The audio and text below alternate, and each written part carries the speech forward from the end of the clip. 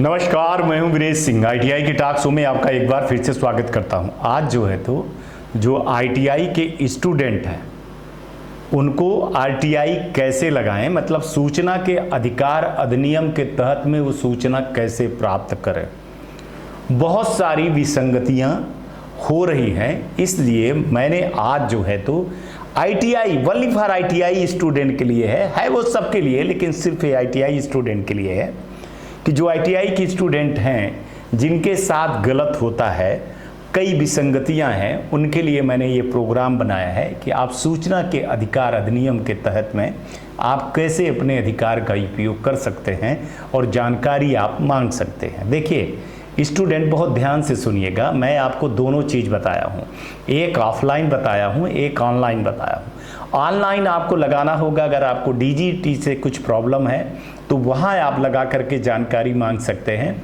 दूसरा, अगर आपको लगाना है तो ऑफलाइन कर सकते हैं। ऑफलाइन कहाँ मांग सकते हैं? जैसे आपके मान के चलिए कि आपको कॉपी देखनी है, या आपको लगता है कि आपका रिजल्ट तो क्यों नहीं अपडेट हुआ है, या एब्सेंट क्यों है, क्या कारण है। जैसे आईटीआई वाला धोखा दे देता है, आपकी सीट को नहीं भेजता, आपके अटेंडेंस को नहीं भेजता, और वहाँ वो कहता है कि मैंने तो सारी चीज़ें भेजी हुई है। तो जब भी आप ये नोडल में लगाएंगे तो आपको पूरी जानकारी मिल जाएगी कि आप बताइए कि हमारी आईटीआई वाले ने ये चीज़ें जमा की थी कि नहीं जमा की थी। अगर जमा किया है तो अटेंडेंस सीट की कॉपी हमको दे दीजिए, ठीक है। या नंबर चढ़ाने की, एग्जामिनर ने नंबर चढ़ाया, या दुनिया भर की जो चीज़ें हैं वो आप उससे मांग सकते हैं। और आप अगर चाहें तो स्टेट से भी मांग सकते हैं कि क्या नोडल ने, अगर नोडल के ऊपर लगाना है तो फिर आप स्टेट में भी लगा सकते हैं कि आप बताइए कि क्या नोडल ने हमारे नंबर को अप्रूवल किया है या नहीं किया है, किस कारण से नहीं किया, वो सारी चीज़ें होंगी।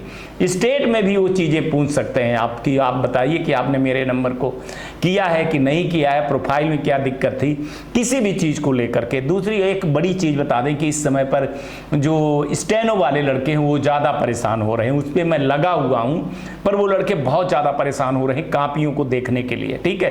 तो कापी को देखने के लिए भी आपको आरटीआई लगानी पड़ेगी। आरटीआई लगाइए, कापी आपको दिखाएंगे, लेकिन सब चीज़ इन प्रोसेस करने के लिए आपको तो नोडल अधिकारी पे लगाना पड़ेगा।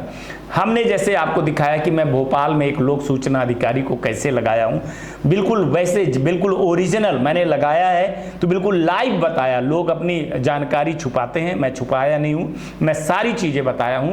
तो आप लोग पहले ऑफलाइन देख लीजिए, जहां पे मैंने भोपाल मध्य प्रदेश लिखा है, आप जिस राज्य के हैं उस राज्य का नाम लिखेंगे वहां पे जहाँ लगा रहे हैं। आप जैसे मान के चलिए कि आप गुजरात में लगा रहे हैं तो गुजरात के किस एरिया में लगा रहे हैं, तो जो गवर्नमेंट आईटीआई वाला होता है वो नोडल होता है या स्टेट होता है, तो उसको थोड़ा सा आपको समझना पड़ेगा। और समझिए, अगर आप हमसे पूछेंगे तो व्हाट्सएप पे आप पूछ भी सकते हैं, तो मैं बता भी दूंगा आपको, ठीक है। लेकिन जनरली आप अपने आईटीआई से पूछेंगे तो वो बता देगा कि कैसे लगाना है आपको। और ये आप देख लीजिए, सबसे पहले ऑफलाइन देख लीजिए, फिर इसके बाद इसी में लगातार तो ऑनलाइन है उसको देख लीजिए, फिर इसके बाद बात करते हैं। तो नमस्कार, चलिए सबसे पहले मैं आज आप लोगों को बता दूं कि आरटीआई सूचना के अधिकार अधिनियम के अंतर्गत हम आवेदन कैसे दें, सूचना कैसे लें।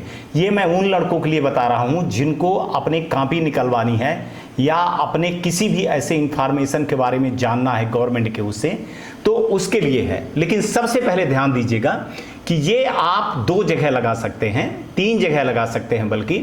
पहला है आप अपने नोडल में लगाइए। नोडल कहाँ होता है? आपकी गवर्नमेंट आईटीआई जहाँ होती है, जहाँ आपका प्रैक्टिकल एग्जाम की कॉपी जाती है,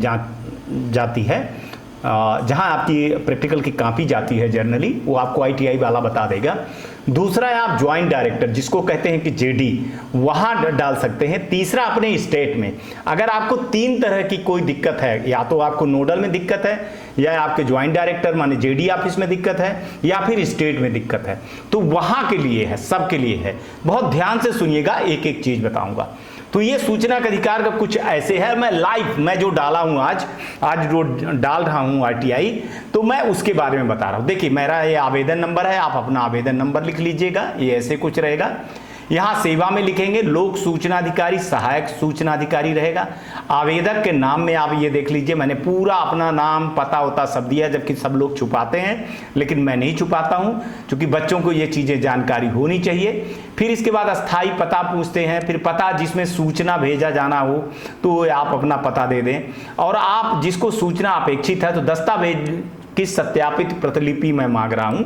आप भी अपने मांग सकते हैं कि आप अपने कॉपी की जो है तो वो दे दीजिए, जैसे जिसको अपने कॉपी दिखाना है या कुछ भी दिखाना है तो ये 5वें नंबर पे आप कर सकते हैं। जैसे मैंने यहाँ पे लिखा 6वें नंबर में कि आप कैसे सूचना भिजवाना चाहेंगे, तो मैंने मेल पे मांगा है। आप जिस पे चाहें डाक पे आप मांग सकते हैं, उस पे मांग सकते हैं, तो सारी चीजें इसमें लिखी। क्या है, आप गरीबी रेखा के नीचे हैं, अगर नीचे हैं तो आपको फिर बीपीएल कार्ड लगाना पड़ता है, उसमें आपको पैसा नहीं लगता है। ईमेल हो या तो मैंने ईमेल दिया है, अपना फोन नंबर दिया है, लैंडलाइन हो नहीं है मेरा। यदि अपेक्षित सूचना किसी व्यक्ति के जीवन स्वतंत्र के संबंधित तो विवरण है तो नहीं है, वो उसको छोड़ो आप, ठीक है। 12वें नंबर में प्रयोजन जिसके लिए सूचना अपेक्षित है, मैंने न्यायालयीन उपयोग के लिए बोला है, आपको जैसे चाहे वैसे लिख सकते हो। विभाग जिसको सूचना अपेक्षित है, अब ये सब देखिएगा, तो लोक सूचना अधिकारी मैंने लिखा है मध्य प्रदेश राज्य कौशल विकास राज्य निर्माण बोर्ड भोपाल। चूंकि मैं भोपाल में लगा रहा हूं, आप जहां लगाएंगे, जैसे पटना में लगाएंगे तो आप लोक सूचना अधिकारी जहां का होगा, नोडल अधिकारी होगा वहां का, वो पटना का एड्रेस लिखेंगे। आप झारखंड के हैं तो यहाँ झारखंड का नाम लिख देंगे, यहाँ यूपी के हैं तो यूपी का लिख देंगे। जो भी आपके होंगे नोडल अधिकारी है ना, गवर्नमेंट नोडल अधिकारी बिहार, गवर्नमेंट नोडल अधिकारी मध्य प्रदेश, यहाँ पे सब आपको, जैसे मैं इस विभाग को लगा रहा हूँ, इनके इस विभाग को लगा रहा हूँ मध्य प्रदेश में, आपको अपने यहाँ लोक सूचना अधिकारी जो भी होगा आपका वहाँ का, आप गवर्नमेंट में पूछ लेंगे तो बता देगा, वहाँ का एड्रेस होगा, चाहे उत्तर प्रदेश का हो, राजस्थान का हो, गुजरात का हो, उड़ीसा का हो, जहां का हो, वहां का लोक सूचना अधिकारी का नाम आप लिख देंगे। यहाँ पे नाम नहीं, उसका पता लिख देंगे, कहाँ का है वो लिखना है आपको जरूरी है, ठीक है। अब क्या मांगे, सूचना का विवरण, जैसे मैंने मांगा है कि मध्य प्रदेश राज्य कौशल विकास रोजगार निर्माण के उसमें जो है 3 वर्ष मध्य प्रदेश की स्थिति आईटीआई के निरीक्षण है, डीजीटी द्वारा स्टेट को पत्र दिया गया था, उस पत्रों की सत्यापित कॉपी मैं लगाया हूं कि मैं, मेरे को इसका जानकारी दी।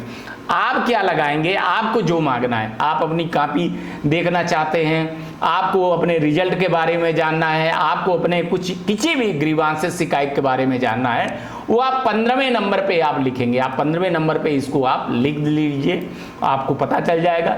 सूचना का अन्य जो 16 नंबर में सिर्फ कुछ नहीं है, यहाँ पे मैंने एक नोट बल्कि लिखा है कि यह सत्यापित प्रति उपलब्ध कराएं, निर्धारित अवधि के तहत सूचना प्रदान करें, साथ ही अधिनियम के प्रावधानों के तहत सूचना उपलब्ध कराते समय राज्य जन सूचना अधिकारी व प्रथम अपील अधिकारी का नाम पता अवश्य दें।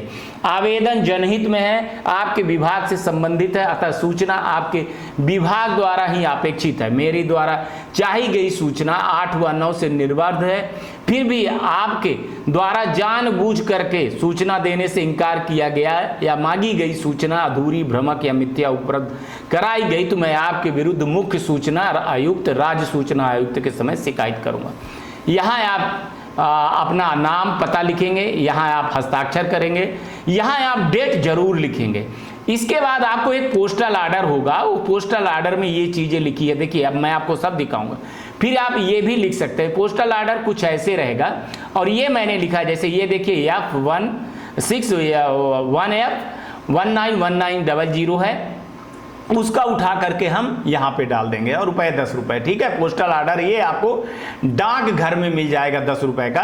तो ये जो नीचे लिखा रहेगा ना, यही वाला उठा करके, ये दूसरा है मेरा, मैं इसके लिए जो है तो अभी लगा रहा हूँ, तो उसमें मैंने लिखा है कि ये वाला नंबर है, तो ये चीजें रही है, ठीक है। लेकिन 2 चीजें आपको ध्यान देना है कि यहाँ पर जो 14 और 15 नंबर में कि विभाग जिससे सूचना, तो आप ये वहां पे विभाग में आप अगर नोडल से कॉपी उपी निकलवाने की बात कर रहे हैं तो आप नोडल का नाम लिखेंगे, और जो नोडल होगी जैसे government ITI Patna, government ITI Uttar Pradesh, government ITI nodal Madhya Pradesh, government ITI Chhattisgarh, government ITI nodal जो है तो राजस्थान, गवर्नमेंट आईटीआई उत्तर प्रदेश, दिल्ली, हरियाणा, जो भी लिखेंगे आप, तमिलनाडु, महाराष्ट्र, गुजरात, जम्मू कश्मीर, जो भी आपको लिखना है यहाँ पे, जो जिस राज्य के हैं उस राज्य के।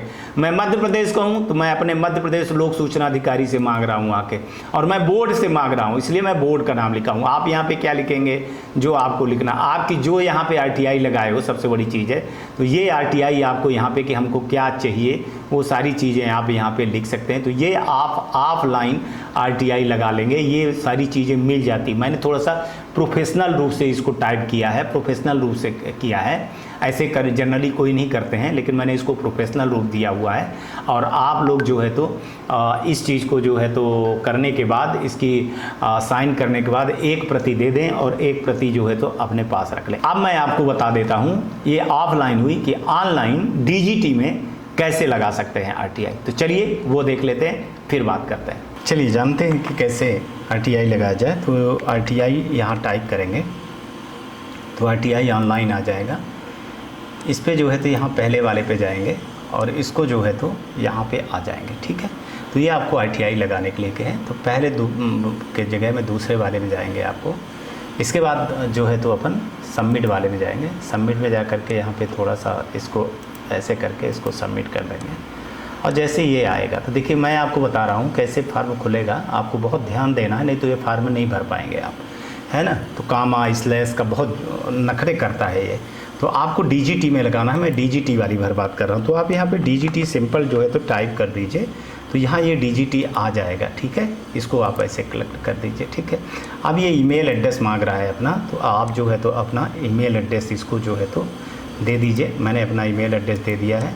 फ़ोन नंबर मांग रहा है, आप अपना फ़ोन नंबर दे दीजिए, ठीक है। 0 नहीं लिखना, इतना आप ध्यान दीजिएगा। कन्फर्म आप अपना ईमेल एड्रेस यहाँ पे दे दीजिए और या नाम लिख दीजिए। आप मेल, आप अपना एड्रेस लिख दीजिए। एड्रेस लिखने के बाद आप इंडियन जहाँ के हैं, आप जिस स्टेट के हैं, कितना पढ़े लिखे हैं, अगर नहीं लिखे पढ़े लिखे हैं तो आप वो सारी चीज़ें दे दीजिए। यहाँ पर इंडियन, यहाँ पर इसको सेलेक्ट करते समय ध्यान दीजिएगा, इसको आप नो कर दीजिएगा, ठीक है। इसके बाद आप जो है तो आप यहाँ पे आपको जो भी चीज़ लिखनी है, जो भी चीज़ मांगनी है तो आप लिखें, लेकिन यहाँ पे ध्यान दें कि आप बिल्कुल बहुत सिंपल लिखें। आप पहले टाइप कर लें तो बेहतर होगा। मैंने पहले टाइप किया हुआ है और टाइप करके ले आया और यहाँ पे उसको मैंने कॉपी कर दिया है, ठीक है, आप देख रहे हैं। तो यहाँ आपको थोड़ा सा विशेष ध्यान देना पड़ेगा। अगर आप ऐसे ध्यान नहीं देंगे तो फिर ये नहीं हो पाएगा। अगर कोई आपको डॉक्यूमेंटेशन लगाना है सपोर्ट की आपको जानकारी के लिए, तो यहाँ से चूज़ करके फाइल कर सकते हैं। और यहाँ फिर आपको जो है तो ये बहुत आसानी से आपको, जैसे एल है, ई है, क्यू है, बड़ा एस है, डब्लू है और फिर वाई है, ये मैंने यहाँ पे डाल दिया। आप एक बार फिर से देख लें, आपको इतनी सारी जानकारी यहाँ पे डालना पड़ेगा। आपको अपना नाम ओम सब सारी चीज़ें, इसको भरते समय विशेष ध्यान देना पड़ेगा आपको। आप ध्यान दे दीजिए। अगर आप ध्यान नहीं देंगे तो आपको थोड़ी सी दिक्कत हो जाएगी। ये मैं इंग्लिश भी ठीक कर ले रहा हूँ थोड़ा सा अपना, ठीक है ना। वैसे इंग्लिश सही है लेकिन कोई बात नहीं है, मैं लाइव ही आपको आरटीआई लगा करके दिखा रहा हूँ। इसके बाद कोई आपको डॉक्यूमेंटेशन सपोर्टिंग लगाना है तो आप ये पीडीएफ यहाँ पे डाल लीजिए और ये जैसे करेंगे इसको आप मेक पेमेंट पे ले जाएं। मेक पेमेंट पे ले जाएंगे तो ये फिर आपको ये आ गया, पेमेंट का मोड आ गया, ठीक है। और जैसे पेमेंट का गया, ये 10 रुपये मांग रहा है तो ऑनलाइन कर देंगे। ऑनलाइन करने के बाद इसको पेमेंट गेटवे पे जाएंगे और वहाँ पे इसको हम पेमेंट करवाएंगे, ठीक है। तो जैसे हम इसको पेमेंट करवाएंगे तो ये देखिए चीज़ें आ जाएंगी कि आप कैसे करवा रहे हो, यूपीआई के थ्रू करा रहे हो या किसके थ्रू करा रहे हो। तो हम यूपीआई के थ्रू अगर जा रहे हैं मान के चलिए, ठीक है ना, यहाँ पे तो यूपीआई के थ्रू से जाएंगे। तो यहाँ हमको जो है तो कहेगा किस पे आप जाओगे, तो मैं इसको जो है तो क्यूआर कोड बोल रहा हूँ कि भाई तो क्यूआर कोड दे दे। आजकल तो क्यूआर कोड से ही सारी चीज़ें हो जाती हैं। ये देखिए मैं क्यूआर कोड को मैं सेलेक्ट कर रहा हूँ और मैंने ये 10 रुपये जो है तो उसके दे रहा हूँ। तो आप देखेंगे कि ऑनलाइन सारी चीज़ें कर रहा हूँ। आप ये देखिए, आपको जो है तो जैसे मेरा पेमेंट हो गया तो अब ये होने लगेगा, आपको दिखेगा कि पेमेंट हो गया है। तो ये थोड़ा सा प्रोसेस लेट रहता है, लेकिन फॉर्म भरते समय आपको विशेष ध्यान देना है। ये देखिए आपका जो है तो मैंने सक्सेस, ये देखिए मेरा जो है तो ये सक्सेस हो गया है। तो मैं इसको चाहूँगा ना तो इसको प्रिंट आउट भी निकाल लूँगा मैं और वो भी कर लूँगा। तो लेकिन मैं इसको प्रिंट आउट निकालने के लिए यहाँ पे देखिए अभी आप प्रोसेस होगा, सारी चीज़ें चलेगी, वो देखते रहिए आप। थोड़ा सा मैंने लंबा टाइम लेता है। अब ये देखिए आप, ये ऐसे आपके पास आ जाएगा। तो ये देखिए वो कह रहा है कि 10 रुपये वीरेश सिंह ने डीजीटी को लगाया है, इस कार्ड से लगाया, सारी चीज़ें आ जाएंगी। तो इसको आप प्रिंट भी कर लें, सेव भी कर लें। जैसे मैंने प्रिंट करके इसको जो है तो सेव करके मैं अपने उसमें रख ले रहा हूँ, प्रोफाइल पे रख ले रहा हूँ। थोड़ा सा स्लो होता है तो घबराने की ज़रूरत नहीं है, डरने की ज़रूरत नहीं है, आराम से चीज़ें होती हैं, आराम से करिए। ये देखिए, तो मैं इसको प्रिंट करने के बजाय जो है तो इसको मैं सेव कर रहा हूँ। ITI है ना, 24 तारीख मैं आज कर दे रहा हूँ, 24 की है, और इसको मैंने अपने डेस्कटॉप पे रख लिया है। ठीक है, तो ये हमारी चीज़ें जो है तो हो गई। अब जब भी कभी आएगा तो आपके मेल पे आएगा, वहाँ पे मेल पे फिर आप जो है तो अपना इसको जो है तो सारी चीज़ों को देख पाएंगे कि क्या है कैसे। अब मेल पे देखने के लिए मैं आपको एक चीज़ बता दे रहा हूँ कि कैसे मेल पे आएगा, तो उस चीज़ को अपन कैसे जानकारी से देखेंगे। ठीक है, तो आप चलिए मेल पे बताते हैं आपको कि कैसे आएगा। मेल पे आने के लिए आपको जो है तो इस प्रकार से एक आएगा रजिस्ट्रेशन नंबर, और यहाँ पे ये लिखा रहेगा। तो ये देखिए रजिस्ट्रेशन नंबर को हम कॉपी कर लिए, ठीक है ना। ये जैसे मेल पे आया है और यहाँ पे हमने उसको साइट को खोल लिया, और ये व्यू स्टेटस पे जाएंगे। व्यू स्टेटस में जा कर के यहाँ पे आप अपना वो डाल देंगे। जैसे आप डालेंगे तो आपको ईमेल एड्रेस मांगेगा, आप ईमेल एड्रेस डाल देंगे।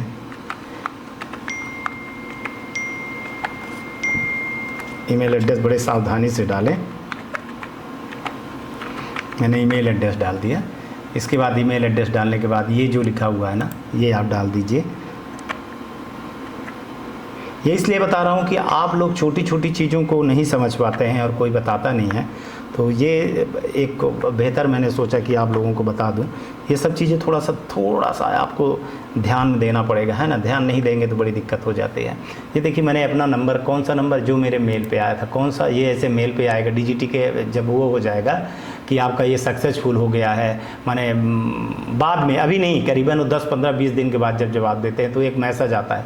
वो मैसेज को यहाँ से उठाएँगे और यहाँ पर क्लिक करेंगे। जैसे यहाँ पर क्लिक करेंगे तो हमारा जो है तो ये की जानकारी आपके पास आ जाएगी। ठीक है, ये देंगे पूरा, वो देंगे कि क्या है कैसे है। ठीक है, जैसे मेरे को यहाँ पे उन्होंने बोल दिया है कि आप, माने कुछ हमसे मिस्टेक हो गई थी उनके RTI में लगाने में कि आपने वो सारी चीज़ें मेरे को नहीं दिया है, रेफरेंस नहीं दिया है। तो आपको ऐसे करके पूरी आ जाएगी आपकी कैसे RTI लगती है, ये सारी जानकारी आपको ऐसे ही मिल जाएगी। Back to studio. मुझको लगता है कि आप लोग समझ गए हैं। अब आपको DGT के ऊपर कैसे लगाना है, वहाँ पे कैसे लगाना है। जब भी लगाएं तो इसकी कॉपी आप रखें, और 30 दिन के अंदर हो जाता है। अगर 30 दिन के अंदर नहीं होता है तो फिर आपको फर्स्ट अपील करनी पड़ती है, उनके बड़े अधिकारियों के पास करना पड़ता है। अगर आपका जवाब नहीं आ रहा है तो आप हमसे संपर्क करिए, आप व्हाट्सएप पे करिए, मैं फिर बताऊँगा कि क्या करना है क्या नहीं करना है आपको, है ना। जवाब बिल्कुल उनको देना पड़ेगा, किसी भी हालत में जवाब देना पड़ेगा। लेकिन जब आप लिखें तो सवाल एक करें कि कभी कभी जो है तो गवर्नमेंट इसमें बोल देती है कि प्रश्नात्मक जवाब ना हो, है ना। जैसे कितने, कुल, कहां, क्यों नहीं हुआ है, कब तक होगा। तो ये सब चीजें जो है ना तो थोड़ा सा अगर आप अपने वकील से पूछ लेंगे, जो RTI लगाते हैं, या मैंने जैसे लगाया दिखाया है वैसे आप कर लेंगे, या एक बार आप हमको भी दिखा सकते हैं कि सर मैंने ये RTI लगाई है, ये RTI सही है कि नहीं है। व्हाट्सएप पे आप भेज देंगे तो मैं उसको सुधार करवा दूंगा, आपके सुधार करवा दूंगा। इतना तो मैं कर ही रहा हूँ आप लोगों के लिए, तो मैं 24 घंटे बना हुआ हूं। तो इसलिए बताया हूं कि कई विसंगतियां हैं, आपको अपने अधिकार के बारे में नहीं पता है, इसलिए मैं अब 2, 4, 5 दिन लगा हूं कि आपके अधिकार के बारे में बताया जाए और आपको समझाया जाए कि आप इस प्रकार की अगर आपके साथ में गलती होती है, आप अपने ITI वाले के ऊपर से भी पूछ लेते हैं अगर आप DGT से पूछेंगे, ठीक है ना, और स्टेट डायरेक्टर से पूछेंगे तो ये होगा क्या कि एक जागरूकता फैल जाएगी। जैसे अभी DGT ने कुछ दिन पहले लेटर दिया था तो उसमें वो बोल रही थी कि बताइए बहुत सारे लड़के PG पोर्टल पे शिकायत किए हैं, RTI लगाए हैं। ये सारा हंगामा मैंने खड़ा करवाया है, ठीक है ना। ये सारे लड़के PG पोर्टल में, पहली बार ITI के लड़के PG पोर्टल पे इतनी शिकायत किए थे और इतनी RTI किए थे, और जिसने भी किया PG पोर्टल पे शिकायत और RTI लगाया वो सब फायदे में रहे, ठीक है। तो इतना ही, आज तक के लिए इतना ही। और अगर आपको और कुछ जानना है तो आप कमेंट बॉक्स पे जरूर वहां पे लिख दिया करिए, आप लोग, उसको जवाब आपको मिलेगा। लेकिन मैं जवाब नहीं दूंगा, अभी मैंने बोला है आपको कि मैं कमेंट के जवाब आपको नहीं दूंगा, कुछ दूंगा कुछ नहीं दूंगा। और आपको जो भी सवाल करना है वो DGT से आप सवाल करिए, मेरे से करने के बजाय। हम तो शो बना करके आपको दूसरे दिन तीसरे दिन ये सारी चीजें देते रहेंगे। चलिए, आज का भी दिन शुभ हो और आने वाला कल भी आपका बहुत बेहतर रहे। और आसपास सफाई रखिए, बड़े बुजुर्गों का सम्मान करिए, गाड़ी धीरे चलाइए, हेलमेट पहने, और अगर आप कार चलाते हैं तो सीट बेल्ट जरूर पहनिएगा। नमस्कार, जय हिंद, जय भारत। नमस्कार, मैं शैलेंद्र गुप्ता, डायरेक्टर एजी एंटरप्राइजेस दिल्ली से बात कर रहा हूं। एजी टेक ब्रांड पिछले 15 वर्षों से आईटीआई टूल्स की मैन्युफैक्चरिंग एंड सप्लाई पूरे भारतवर्ष में कर रहा है। पूरे भारतवर्ष में किसी भी स्टेट में एनसीवीटी, एससीवीटी आईटीआई खोलने के लिए संपर्क करें। अधिक जानकारी के लिए नीचे दिए गए नंबर पर संपर्क करें। धन्यवाद।